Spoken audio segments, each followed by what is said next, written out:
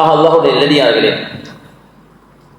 உலகத்திலே ஹஜ்ரத் ரசூலுல்லாஹி ஸல்லல்லாஹு அலைஹி வஸல்லம் அவருடைய காலத்தில் இரண்டு விதமான மனிதர்கள் வாழ்ந்து கொண்டிருந்தார்கள்.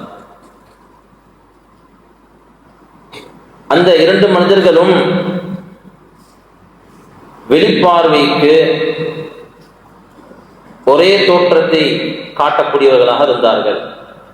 ஆனால் அல்லாஹு தஆலா அந்த இரு வகையான மக்களையும் குர்ஆனிலே அல்லாஹ் வித்தியாசப்படுத்தி பிரித்து இவர்களுக்கு மத்தியிலே எவ்வளோ வித்தியாசமும் தூரமும் இருக்கின்றது என்பதை அல்லாஹ் நமக்கு குர்ஆனிலே தெளிவுபடுத்துகின்றான். அதில் ஒன்று தான் ஈமானுடைய மக்கள், முஃமின்கள் ஹஜ்ரத் ரசூலுல்லாஹி ஸல்லல்லாஹு அலைஹி வஸல்லம் வாழ்க்கையில் வாழ்ந்தார்கள்.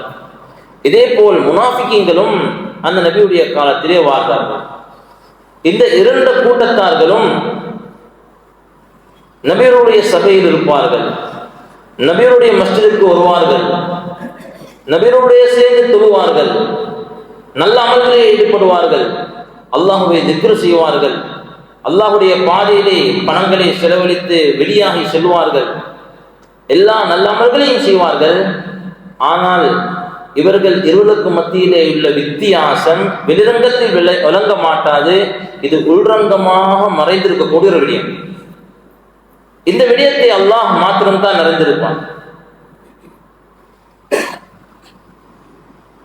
ஆனால் அல்லாஹு தஆலா குர்ஆனிலே இரண்டு மக்களை பற்றி இவருடைய தன்மை என்பது என்ன என்பதை அல்லாஹ் தெளிவுபடுத்திக் கொண்டே இருக்கின்றான். இரண்டு மக்களும் தொழுவார்கள் தான். ஆனால் இந்த ஈமான்தார்களுடைய தொழுகை எப்படி இருக்கும்? கத் அஃப்லஹல் முஃமினூன் அல்லதீன ஹும் ஃபீ ஸலாத்திஹிம் காஷிஊன். அந்த முஃமின்கள் வெற்றி பெற்றார்கள். அவர்கள் யார்? உள்ளத்திலே அல்லாஹ்வுடைய சிந்தனையோடு, அல்லாஹ்வுடைய பயத்தோடு, அல்லாஹ்வுடைய அச்சத்தோடு தொழக்கூடிய தொழுகையாளிகள். தொழுகைத்தான் வெளிரங்கத்திலே அல்லாஹ்வுக்கு தக்பீர் கட்டுவார்கள், தக்பீர் சொல்லுவார்கள், ருக்கு செய்வார்கள், சுஜூத் செய்வார்கள், ஃபாத்திஹா ஓதுவார்கள். ஆனால் ஈமான்தாருடைய தொழுகை எப்படி இருக்கும்? இவருடைய தக்பீருடைய நேரத்திலும் அல்லாஹு அக்பர் என்று சொல்லக்கூடிய நேரத்திலே அல்லாஹ் பெரியவன், என்னுடைய மனைவி அல்ல, என்னுடைய ஆட்சி அல்ல, என்னுடைய பட்டம் அல்ல, என்னுடைய பதவி அல்ல, உலகத்துடைய எந்த காரியமும் அல்ல, அல்லாஹ் தான் வழிநடாத்தக்கூடியவன் என்ற இந்த அல்லாஹ்வுடைய கம்பீரமும் மகத்துவமும் கௌரவமும் உள்ளத்திலே பதிந்தவர்களாக அந்த அல்லாஹ் அக்பர் என்ற வார்த்தை அவருடைய வாயால் வெளியாகும். ஃபாத்திஹா ஓதுவார்கள், வெறும் வாயால் மாத்திரம் அந்த ஃபாத்திஹா வெளியாகாது, அது அவருடைய உள்ளத்தால் வெளியாகும்.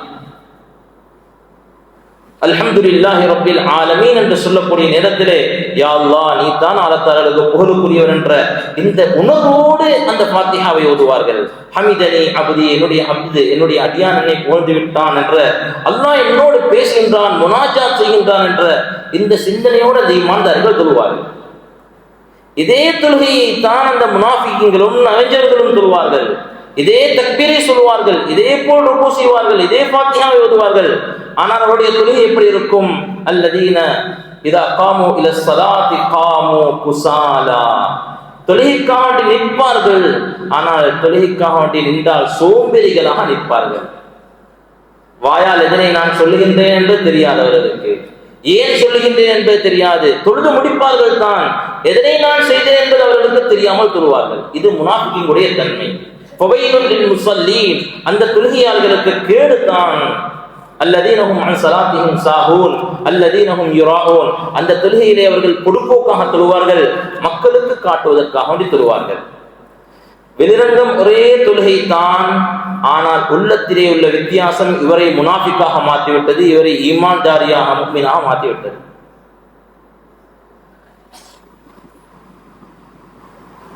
அந்த ஈமான்தாரிகளை பற்றி அல்லாஹ் திக்ரை பற்றி சொல்லும் பொழுது சொல்கிறான், யா அய்யுஹல்லதீன ஆமனு ذ்குருல்லாஹ திக்ரன் கதீரா.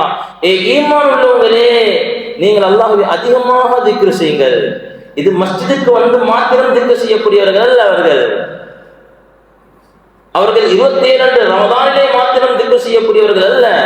அவர்கள் நின்றாலும் உட்கார்ந்தாலும், அவர்கள் சாய்ந்து கொண்டிருந்தாலும், அல்லதீன யذ்குரூனல்லாஹ கியாமன் வ குஊதன் வ அலா ஜுனூபிஹிம் நின்ற நிலைமையிலும் உட்கார்ந்த நிலைமையிலும் படுக்கையிலே சாய்ந்த நிலைமையிலும் அவர்கள் அல்லாஹ்வை திக்ர் செய்து கொண்டிருப்பார்கள்.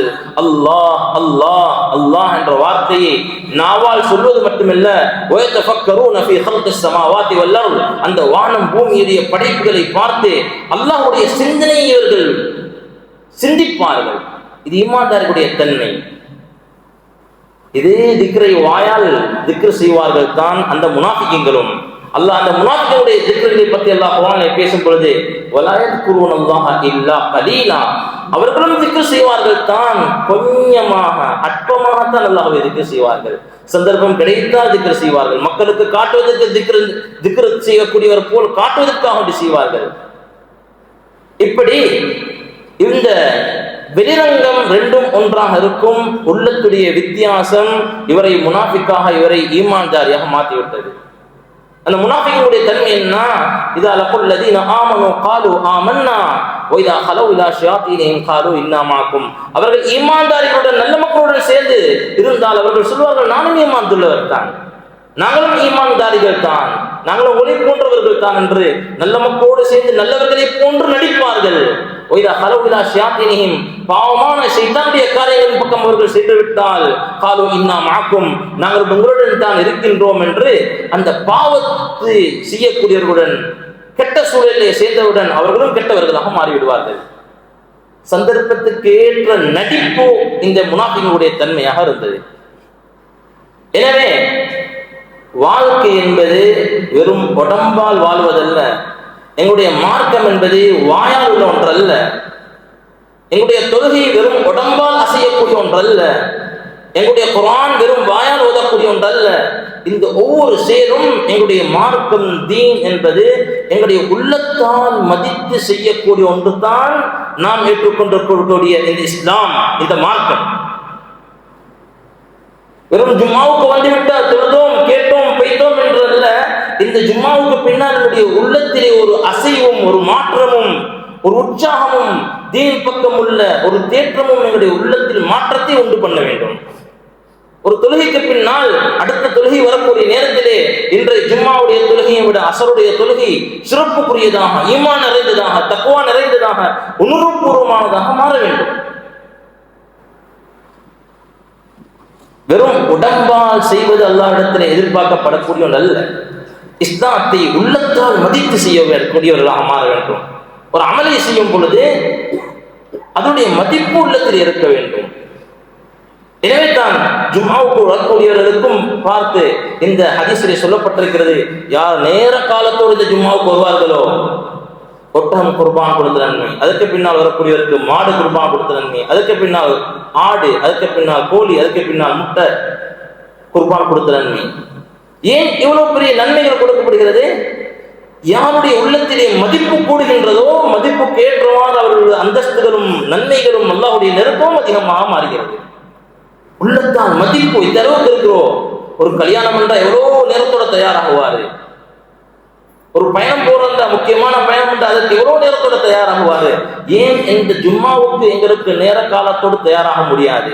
உள்ளத்தில் மதிப்பு வந்தால் அதற்கு தயாராகுவோம், அதற்கு உற்சாகத்தோடு வருவோம், அதற்குரிய ஏற்பாடோடு வருவோம். எனவே தான் அல்லாஹ் இந்த பெரிய நன்மைகளை வைத்திருக்கின்றான். இதே தீனுடைய ஒவ்வொரு அமல்களுக்கும் மதிப்பு வேண்டும், உள்ளத்தால் மதிக்கக்கூடிய தன்மை உருவாக வேண்டும். எனவே தான் நபி ஸல்லல்லாஹு அலைஹி வஸல்லம் அவர்களும் இரக்கமுள்ள நபி, அன்புள்ள நபி, அந்த அவ்வளவு இரக்கமான அந்த நபி ஸல்லல்லாஹு அலைஹி வஸல்லம் அவர்கள் சொல்கின்றார்கள், என்னுடைய உள்ளத்தில் நான் நாடுகிறேன் வாலிபர்களுக்கு கட்டளையிட்டு அந்த வாலிபர்கள் விறகுகளை சேர்த்து கொண்டு வந்து யாரெல்லாம் ஜமாஅத்துடைய தொழுகைக்கு மஸ்ஜிதுக்கு வராமல் இருக்கின்றார்களோ அவருடைய வீடுகளை நெருப்பு வைப்பதற்கு என்னுடைய உள்ளம் விரும்புகின்றது என்று அவ்வளவு உம்மத்தோடு இரக்கமுள்ள அந்த ரவுஃபுர் ரஹீம் என்று சொல்லப்படக்கூடிய அந்த நபியவர்களே சொல்லுகிறார்கள் என்றால், ஏன் உம்மத்துக்கு அநியாயம் செய்யக்கூடியவர்களா அந்த நபியவர்கள்? ஏன் இப்படியாப்பட்ட ஒரு பயங்கரமான வார்த்தையை பாவிக்கின்றார்கள்? தொழுதால் வீட்டிலே தொழுதால் தொழுகை கூடாதல்ல, தொழுகை கபூலாக்கப்படாமல் இருப்பதல்ல, ஏற்றுக்கொள்ளப்படும் தான். உள்ளத்தால் மதித்து செய்கிறார்களா?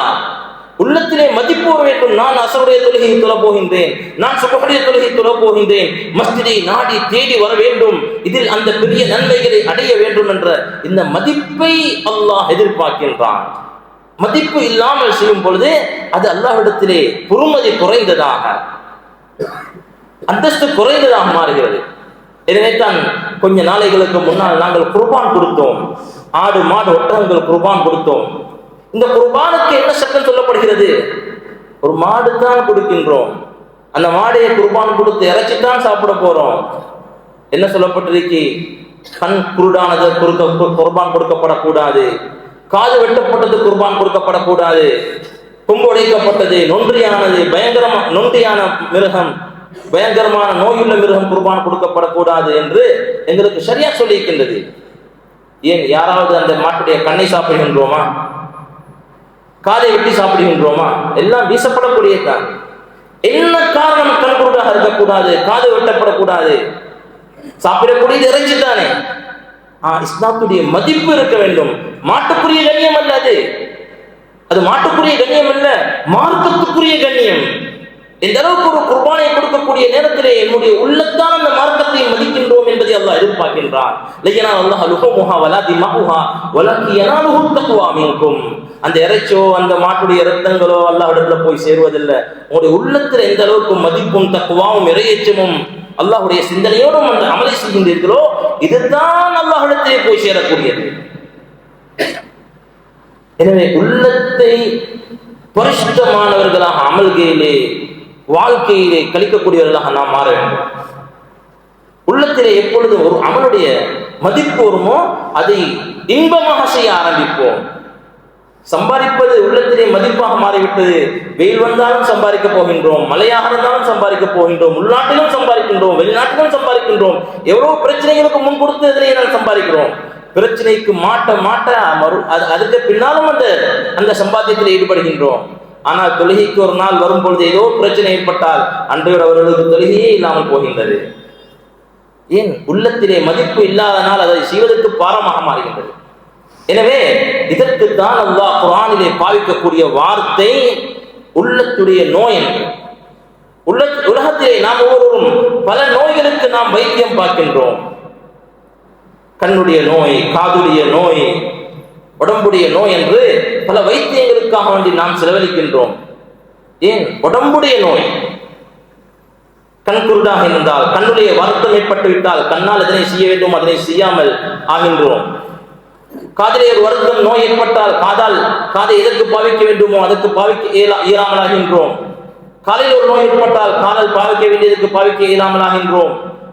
ஏன்? ஒவ்வொரு உறுப்புடைய நோய் ஏற்பட்டால் அந்த உறுப்பை எந்த விடயத்துக்கு பாவிக்க வேண்டுமோ அதற்கு பாவிக்க இயலாமலே ஆகின்றது. ஆனால் அல்லாஹ் குர்ஆனிலே ஒரு நோயை பற்றி பாவிக்கின்றான். அது உள்ளத்துடைய நோய். அல்லாஹ் சொல்லி காட்டுகின்றான். இந்த உள்ளத்துடைய நோய் வந்துவிட்டால் தீன் பாரமாக மாறிவிடும். தீனுடைய மகத்துவம் உள்ளத்திலிருந்து கலண்டுவிடும். தொழுகை என்பது இன்பம் ஏற்படாது, குர்ஆனுடைய இன்பம் ஏற்படாது, தஹஜ்ஜுடைய இன்பம் ஏற்படாது, திக்ர் செய்வது அல்லாஹ் அல்லாஹ் என்ற வார்த்தையை சொல்வது இன்பமாக மாறாது, பாரமாக மாறும். இந்த கண் எந்த நோயும் கிடையாது, நல்ல பார்வைக்கு. வாயில எந்த நோயும் கிடையாது, நல்ல வாயால பேசுறாங்க, காலையிலிருந்து மாலை வரைக்கும் பேசுறாங்க, கண்ணை காலையிலிருந்து மாலை வரைக்கும் பாவிக்கிறாங்க. ஆனா இந்த இந்த கண்ணால கொஞ்சம் குர்ஆன் எடுத்து ஓதுவோம் என்றால் அந்த கண் பார்க்கறதுக்கு சரியான பாரம். இந்த நாவால் அந்த குர்ஆனை கொஞ்சம் ஓதுறதுக்கு சரியான பாரம். என்ன காரணம்? இதுக்கு கண்ணுடைய நோய் அல்ல, இது நாவுடைய நோய் அல்ல, இதுக்குத்தான் உள்ளத்துடைய நோய் என்று சொல்வது.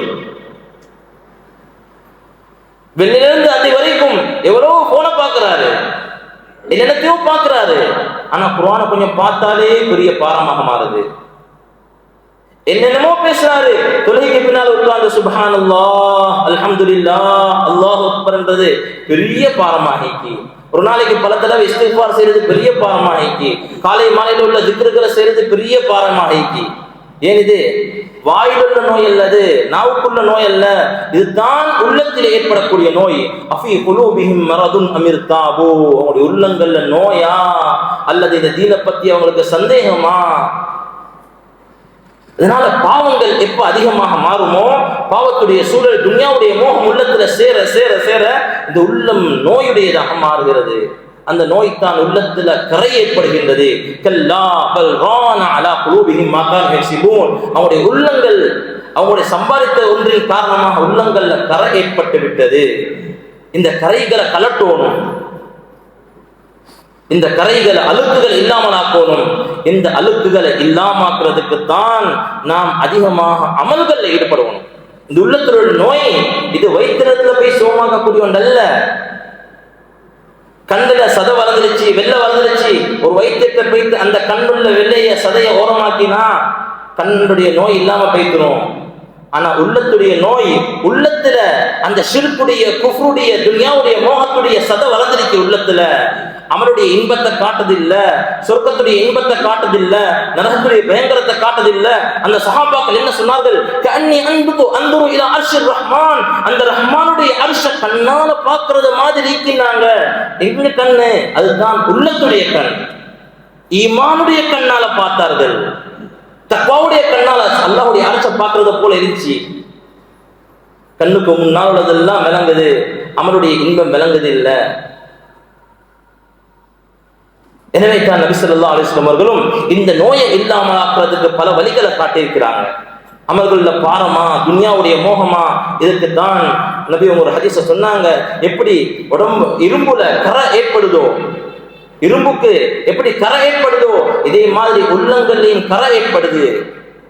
இந்த கரைகளை இல்லாமக்கிறதுக்குரிய வழிதான் அதிகமாக லா இலாஹ இல்லல்லாஹ், லா இலாஹ இல்லல்லாஹ், லா இலாஹ இல்லல்லாஹ் என்ற திக்ரை சொல்லி சொல்லி இருங்க. அல்லாஹ்வை திக்ர் செய்வது உள்ளத்துள்ள கரையை கலட்டும்.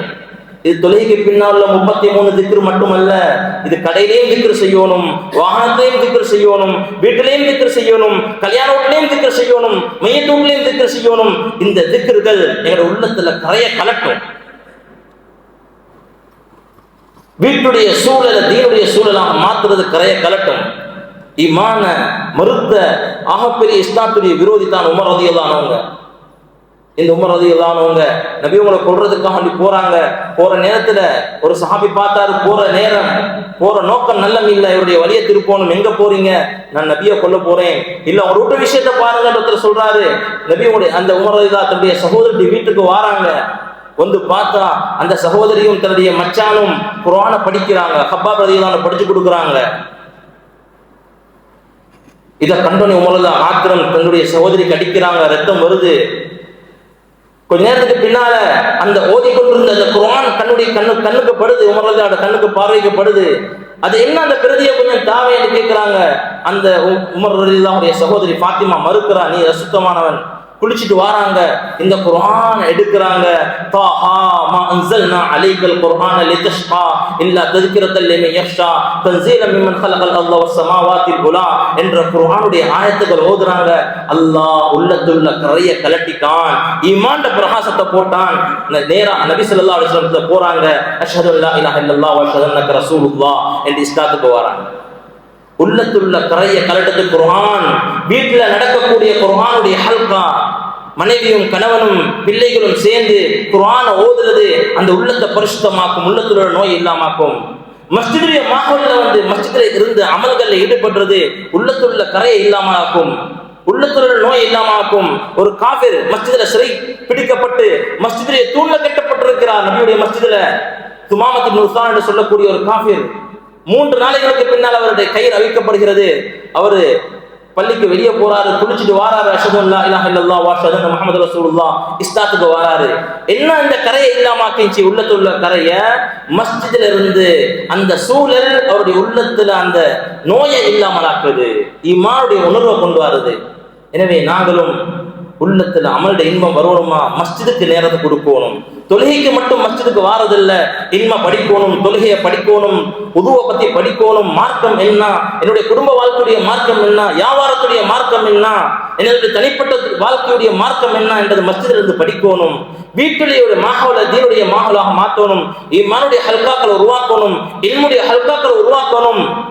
வீட்டில் நானும் மனைவியும் பிள்ளையும் சேர்ந்து வெறும் சட்டை முட்டி கோப்ப பிங்கான பத்தி பேசுறது மட்டுமல்ல, அமல்களை பத்தி பேசணும். துஆவுடைய பொறுமதி, வித்ருடைய பொறுமதி, குர்ஆனுடைய பொறுமதி, அடுத்த வீட்டுக்காரருடைய ஹக்குகள் என்ன என்பதனுடைய பொறுமதி, கணவன் மனைவியுடைய பொறுமதிகளை பேசுறது, முதாக்கரா செய்வது இந்த உள்ளத்தை பரிசுத்தப்படுத்தும், உள்ளத்தை ஈமாவுள்ளதாக மாற்றும். அப்படியாப்பட்ட நல்ல மக்களாக அல்லாஹ் நம் அனைவரையும் மாற்றுவாயாக. என்னுடைய பாவங்களை மன்னிப்பாயாக, என்னுடைய உள்ளங்களை பரிசுத்தப்படுத்துவாயாக, உள்ளங்களை ஈமாவுள்ளதாக மாற்றுவாயாக. வானம் பூமியுடைய பரக்கத்தில் வாயில் தந்துருவாயாக. யாழ்லா குறுக்குமான லடியர்களாக கபூல் செய்வாயாக. ஒரு உம்மத்துக்கும் ஹிதாயத்தை ஆமாக்குவாயாக. யாழ்லா வீட்டுடைய சூழலை ஈமாவுடைய சூழலாக மாற்றிடுவாயாக. மஸ்ஜிதுக்கு நேரம் கொடுக்கக்கூடிய நல்ல மக்களாக மாற்றிடுவாயாக. வாலிபன் முதாவத்தை பாதுகாப்பாயாக. வாஹிரு தஅவானா அல்ஹம்துலில்லாஹி ரப்பில் ஆலமீன்.